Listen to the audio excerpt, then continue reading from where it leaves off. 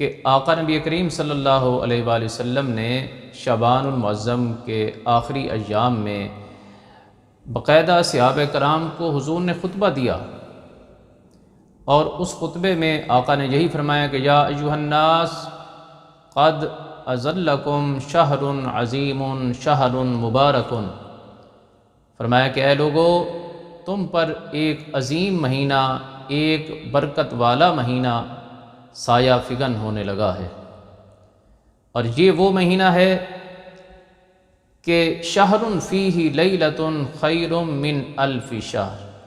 میرے آقا نے فرمایا کہ اس مہینے کی ایک رات وہ 1000 مہینوں سے افضل ہے۔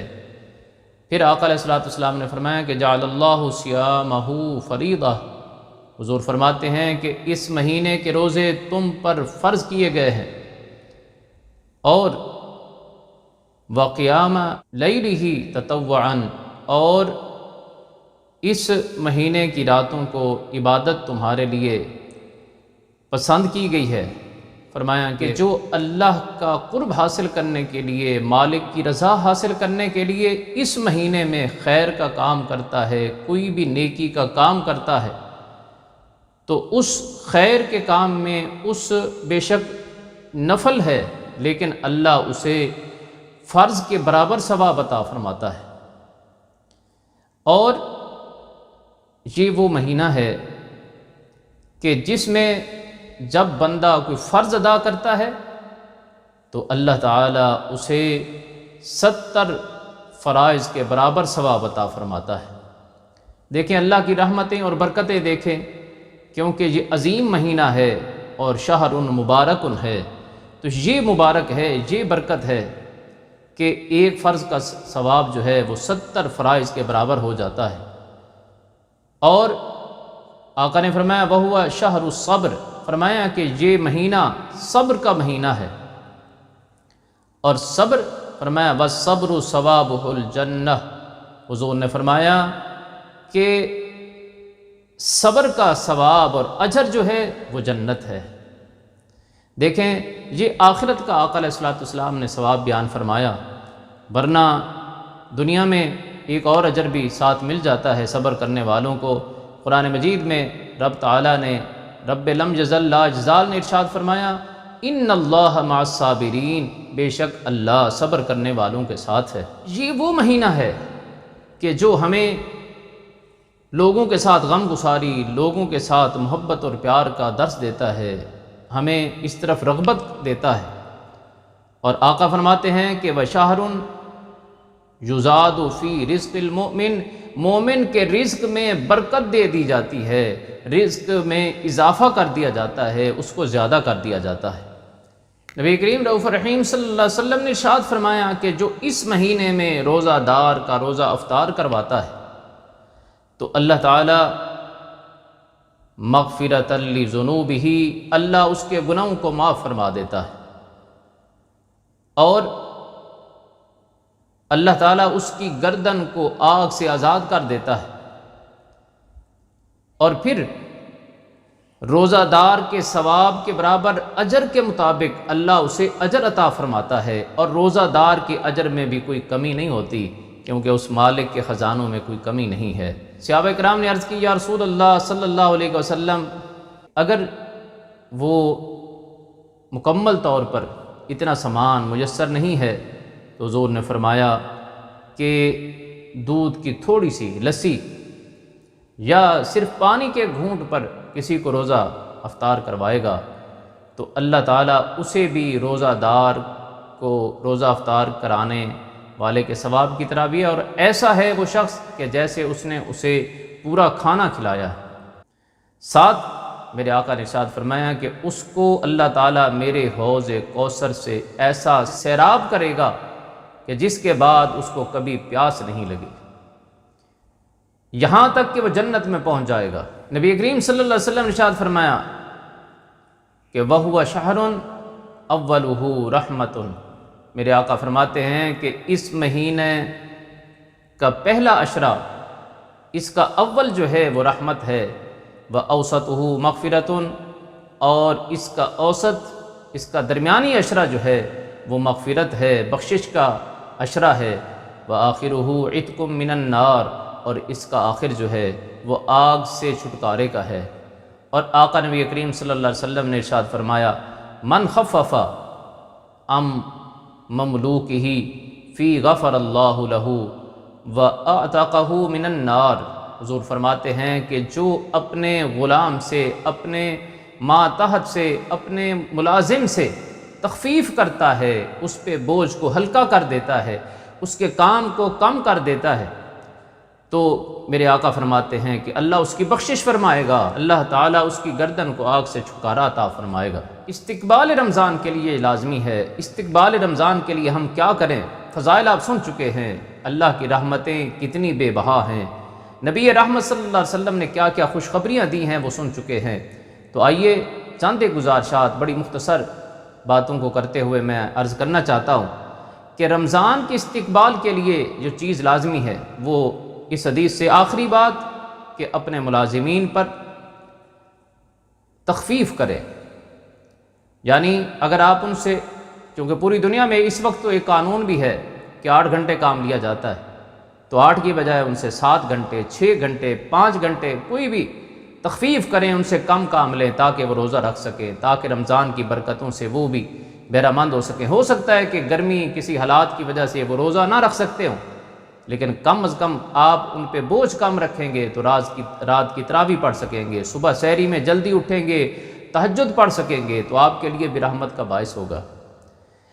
اس مہینے کے استقبال کے لیے یہ لازمی ہے کہ ہم اس ماہ مبارک کے آنے سے پہلے خود فراغت حاصل کر لیں، گھریلو سامان اور چیزیں اور معاملات، اپنے کپڑے، یہ سب کچھ جو ہے کوشش کریں کہ رمضان سے پہلے خرید لیں۔ اس کا فائدہ یہ ہے کہ آپ رمضان شریف میں عبادات اور رمضان کی برکتوں اور رحمتوں کی طرف متوجہ ہوں گے، نہ کہ آپ بازار کے بار بار چکر لگاتے رہیں، اپنے وقت کو ضائع کرتے رہیں۔ تو اس لیے ان چیزوں کا اہتمام کریں۔ ہاں، جو کم آمدنی والے ہیں ان کے لیے بھی سوچیں، ان کو آپ حضور صلی اللہ علیہ وسلم کے صحابہ، ایسا بھی ہے حضرت انس بن مالک رضی اللہ تعالیٰ عنہ سے روایت ہے کہ حضور کے صحابہ شعبان کے مہینے میں قرآن کو اپنے سینے سے لگا لیتے تھے اور شعبان کے مہینے میں ہی زکوٰۃ دیتے تھے تاکہ غریبوں تک، حقداروں تک پہنچے، اور رمضان میں انہیں یہ فکر نہ ہو بلکہ ان کی افطاری کا، ان کا ہر چیز کا انتظام ہو جائے، اور وہ جو ہے پھر عبادات میں لگن کے ساتھ عبادات کر سکیں۔ تو اس لیے ایسا کیا جائے، فراغت حاصل کی جائے، فرصت حاصل۔ دوسرا جو ہے، اس ماہ کے آنے سے پہلے استقبال رمضان میں یہ لازم ہے کہ بندہ خود احتسابی کرے، اپنا احتساب خود کرے۔ حضرت عمر فاروق رضی اللہ تعالیٰ عنہ فرماتے ہیں حاسبوا ان قبل تحاسبوا، فرمایا کہ اپنا محاسبہ کرو، اپنا احتساب کرو اس سے پہلے کہ تمہارا حساب لیا جائے۔ تو ہمیں یہ سوچنا کیا ہے، اس کا طریقہ یہ ہے، ہم یہ سوچیں، تھوڑی دیر بیٹھ کے سوچ لیں کہ ہم نے پچھلے رمضان میں کتنے روزے رکھے، ہم نے مکمل تراویح پڑھی یا نہیں پڑھی، قرآن ہم نے کتنا پڑھا، اور ہم نے غریبوں کے ساتھ کتنا تعاون کیا۔ ہم نے اللہ کی راہ میں اگر پچھلے سال 1000 روپے خرچ کیا تھا تو اب ہمیں 2000 خرچ کرنا چاہیے۔ اگر پچھلے سال 15 پارے پڑھے تھے تو اب ہم نے 30 پارے پڑھنے ہیں۔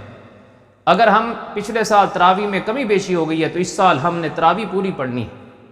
روزوں میں اگر ہم سے کمی کوتاہی ہوئی تھی تو اس کی قضا کا بھی سوچیں، ساتھ جو ہے اس رمضان کے روزے مکمل رکھنے کی نیت کریں، کیونکہ نیت دیکھیں اعمال کی بنیاد نیتوں پر ہے، اور حضور فرماتے ہیں کہ نیت المؤمن خیر من عملہ، فرمایا کہ مومن کی نیت اس کے عمل سے بہتر ہے۔ تو ہم نے یہ نیت کرنی ہے، احتساب کرنا ہے، تیاری کرنی ہے، ایک چارٹ بنا لیں، اس پہ لکھ لیں، اس پہ بھی صلاۃ الاوابین پڑھنی ہے، یا مغرب کے بعد میری کیا مصروفیت ہے، صبح فجر کے بعد میں نے درس سننا ہے، میں نے قرآن حدیث سیکھنا ہے، میں نے فقہ کا درس لینا ہے، مساجد میں قرب جوار میں علماء کرام وقت دیتے ہیں اور ان سے ہم نے فیض حاصل کرنا ہے، ان کی صحبت میں بیٹھنا ہے، تو یہ ضروری کریں۔ دیکھیں ایک اور بات ہے، رمضان شریف کے لیے ایک خاص بات استقبال رمضان میں یہ بھی سماعت فرمائیں کہ قرآن مجید زیادہ سے زیادہ پڑھیں، قرآن مجید کو زیادہ سے زیادہ پڑھے۔ کیوں؟ اس لیے کہ اس مہینے کی فضیلت، برکت، رحمت قرآن کی وجہ سے۔ شہر رمضان الذی انزل فیہ القرآن، فرمایا کہ یہ وہ مہینہ ہے کہ جس میں قرآن نازل ہوا ہے۔ قرآن کے نزول کی وجہ سے اللہ نے اس مہینے کو اللہ نے فضیلت عطا فرمائی ہے، شرف عطا فرمایا ہے، برکت عطا فرمائی ہے۔ قرآن مجید پڑھیں، اور قرآن ایسے پڑھیں کہ جیسے قرآن پڑھا جاتا ہے۔ آپ توجہ کریں کہ قرآن کتنے لوگ ہیں جن کو صحیح پڑھنا آتا ہے، جن کو یہ معلوم ہو کہ سین، صاد، تا ان کا کیا مخرج ہے، ان میں پڑھنے میں کیا فرق کرنا ہے۔ سننے والے کو نہیں پتہ چل رہا ہوتا کہ یہ کیا لفظ کی ادائیگی کی ہے، تو یہ تا، قا، یہ سب یہ مخارج، اس کو صحیح ادائیگی سے پڑھنا۔ دیکھیں آج کتنے افسوس کی بات ہے کہ ہم مسلمان ہیں لیکن ہمیں قرآن پڑھنا نہیں آتا۔ ایسے کتنے لوگ ہیں کہ جنہیں یعنی فر دوسری زبانیں آتی ہیں لیکن قرآن نہیں آتا۔ تو ایمان کا تقاضا یہ ہے کہ قرآن کو پڑھیں، قرآن کو سیکھیں، اور قرآن کو ایسے پڑھیں، ایسے سیکھیں کہ جیسے نبی کریم صلی اللہ علیہ وسلم نے پڑھا، جیسے عرب میں پڑھا جاتا ہے۔ قرآن عربی میں ہے، عرب کی طرح قرآن پڑھنا ہے، اور وہ علماء کے پاس، آپ حفاظ کے پاس، قراء کے پاس بیٹھیں گے تو سیکھیں گے۔ تو یہ ضرور وقت نکالیں، تھوڑا بہت سیکھیں، تھوڑا تھوڑا کر کے آپ سیکھیں۔ آخری بات یہ ہے کہ ہم نے یہ سوچنا اور یہ کرنا ہے کہ آپ حلال رزق استعمال کریں۔ رمضان کی برکت اور رحمت تب ہی حاصل ہو سکتی ہے کہ جب آپ رزق حلال جو ہے وہ کھاتے ہیں، پہنتے ہیں۔ دیکھیں آج لوگ آتے ہیں کہ وظائف بتا دیں، جی رزق میں برکت نہیں ہے، کماتے بہت ہیں، خرچ ہو جاتا ہے، پتہ نہیں چلتا کہاں جاتا ہے۔ تو کیا عمل بتائیں کہ یا رزاق ہو، یا رزاق ہو پڑھیں، یہ پڑھیں، واللہ خیر الرازقین پڑھیں۔ بہت سارے آیات بھی ہیں، بہت سارے اللہ کے اسماء بھی ہیں، پڑھتے ہیں، لیکن جی برکت نہیں آتی۔ برکت کہاں سے آئے؟ جس بندے کے رزق میں حلال نہیں ہے، جو لوگوں پہ ظلم کر کے پیسہ حاصل کرتا ہے، جھوٹ بول کے چیز کو قسمیں اٹھا کے بیچتا ہے، اس کے رزق میں کیسے برکت آئے؟ وہ کسی عمل سے نہیں آئے گی۔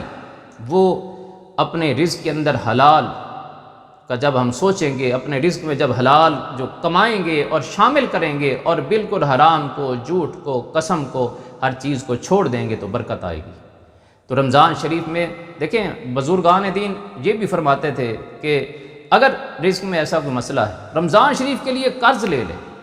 تو اگر برکت حاصل کرنا چاہتے ہیں، رمضان شریف کا فیض حاصل کرنا چاہتے ہیں، تو پھر وہ قرض لے لیں اور اس سے جو ہے اپنی افطاری کریں، اسی کو پہنیں، اسی کے حوالے سے کھائیں پئیں، اور رمضان شریف کے بعد جو ہے اس کی ادائیگی کریں، قرض واپس کریں۔ تو اتنا یعنی اس میں سب سے اہم چیز ہے کہ آپ رزق حلال کھائیں گے اور رزق حلال کے پیسوں سے ہی حاصل کیا ہوا لباس پہنیں گے، تو پھر آپ کو عبادات میں لذت آئے گی، حلاوت ملے گی، آپ کو مٹھاس ملے گی۔ اللہ سے دعا ہے رمضان کو سمجھنے کی توفیق عطا فرمائے، رمضان سے پہلے رمضان کی تیاری کی توفیق عطا فرمائے۔